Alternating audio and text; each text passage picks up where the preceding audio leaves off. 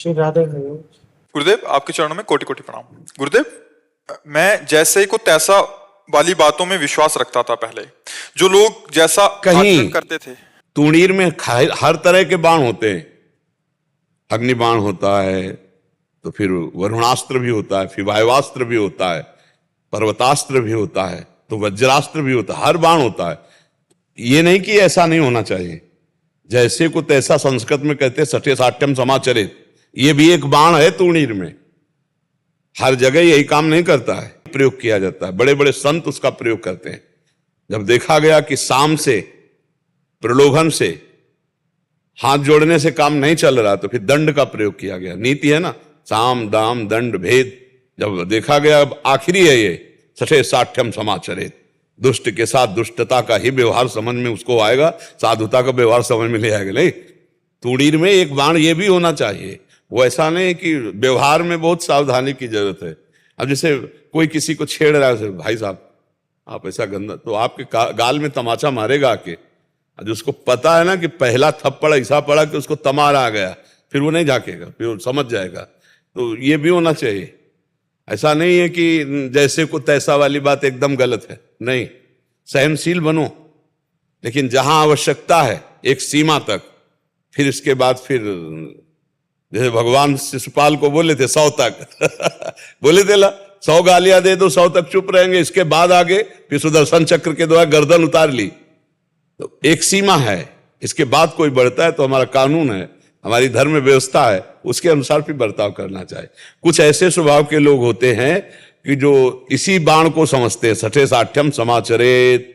वो दूसरे बाण को, साम को, दाम को, भेद को नहीं समझ, वो केवल दंड नीति को समझते हैं। वो दंड के अधिकारी, तभी उनकी समझ में आता है। और आएगा ही नहीं, पैर छू ले आप, हाथ जोड़ ले आप, कुछ देने की बात कह लो, दाम दे करके, साम विनय नीति के द्वारा, भेद उसको किसी तरह समझाकर, वो केवल दंड से सुधरने वाले जीव होते हैं। तो जो दंड से सुधरने, उनको ज्यादा चांस नहीं दिया जाता है। 1 और 2 और तीसरे में फिर दंड का विधान कर दे। तो हमारी भारतीय कानून व्यवस्था स्वयं दंड ना दे करके भारतीय कानून व्यवस्था को समर्पित कर दे। अगर स्वयं दंड देगा तो स्वयं अपराधी बन जाएगा। तो दुष्ट के साथ व्यवहार फिर साधुता का नहीं चल पाएगा, क्योंकि गृहस्थी में और संसार में चलना है तो एकदम जान जाए ना आदमी तो आपको परेशान कर देगा। और उसको यह पता हो कि इस व्यक्ति को छेड़ने का मतलब ततैया को छत्ते पे ईंट मारना, वो कभी नहीं छेड़ेगा। 3 दिन विनय करते हुए भगवान श्री राम को हो गए, समुद्र को आ जाना चाहिए था। स्वयं भगवान उपवास करके विनय कर रहे, जब नहीं माना, लक्ष्मण बाण सरासन आनु शोषो वारिद विशिक्र शानु, लाव अग्नि बाण, कनक थार भरी मन आ गए, विविध प्रकार के रत्नों से भरी थार लेकर विप्र रूप। मतलब महाराज 3 दिन से उपवास बैठे थे, तब तुम्हारी समझ में नहीं आया, अग्निबाण से तुम्हारी समझ में आ गया। कुछ ऐसा है कि कहीं कहीं विनय काम नहीं करती। विनय न मानद जलद जड़, गए 3 दिन बीत, बोले राम सकोप तब, बिनु भय होए लक्ष्मण बाण सरासन आनु, सोखों बारिद विशिक्र सानु। 60 सन विनय, कुटिल सन प्रीति, सहज कृपन सन सुंदर नीति, ममता रत सन ज्ञान कहानी, अति लोभी सन विरति बखानी। इनसे व्यर्थ जाएगा, इनको चाहे जितनी चर्चा करो समझ में नहीं आएगा। तो इसलिए हम आपकी उस बात का अनादर नहीं करते कि जैसे को तैसा, पर अगर स्वयं आप करेंगे तो आप हमारे कानून में अपराधी साबित हो जाएंगे।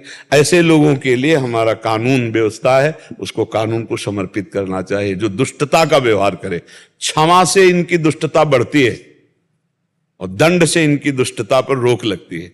अगर तुम्हारे साथ दुष्टता कर रहा, तुमने दंड का प्रयोग कर दिया तो कई बच जाएंगे।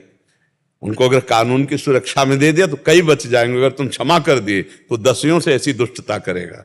तो इसलिए कहीं ना कहीं ये सठे साठ्यम समाचरित सूत्र लिखा गया है, तो ऐसे गलत नहीं लिखा गया जी।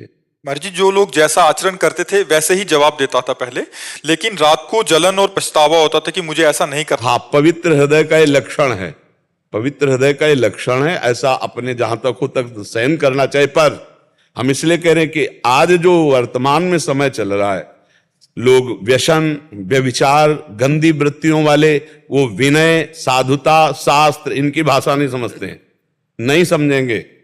उनको भाषा वही समझ में आती है जो जैसा स्वरूप हो उसके अनुसार। हाँ, जहां जरूरत है इसकी तो इसकी भी जरूरत है, और जहां जरूरत है नजर टेढ़ी करने की वहां नजर टेढ़ी करने की जरूरत है, पर अपने को अपराधी साबित ना होने देना। ऐसे कोई आचरण ना करना कि कानून के द्वारा हम अपराधी साबित हो जाए, ऐसे सावधानी से चलना चाहिए। बकाया हम इस बात पे राजी हैं, भगवान राम 14 वर्ष के लिए वनवास गए विशेष उदासी, लेकिन सारंग धनुष और तूणीर पास ही रहा। आप विचार करके देखो, आदेश था 14 वर्ष के लिए विशेष उदासी स्वरूप, तपस्वी स्वरूप, पास ही रहा। भगवान परशुराम जी निरंतर तपस्या में रत रहे, लेकिन भगवान शंकर जी से प्रदत्त फरसा पास ही रखा। बड़े बड़े महान जो वीर योद्धा धर्म रक्षक हुए, तो धर्म की रक्षा के लिए कहीं ना कहीं दंड विधान की भी आवश्यकता है। अगर भगवान को देखो तो सुदर्शन चक्र है, गदा है कौमुद की, तो ये सब धारण किए नहीं धारण किए। तो इस समय तमोगुणी और रजोगुणी वृत्तियों की बाहुल्यता है, सतोगुणी साधुता। इस भाषा को समझना तो किसी सत्संगी के बस में हो सकता है, जो सत्संग सुनता है, शास्त्र स्वाध्याय, वो इस भाषा को समझ सकता है। नहीं, इस भाषा को आजकल नहीं समझा जाता, उसे कमजोर माना जाता है जो ऐसे बात करता है।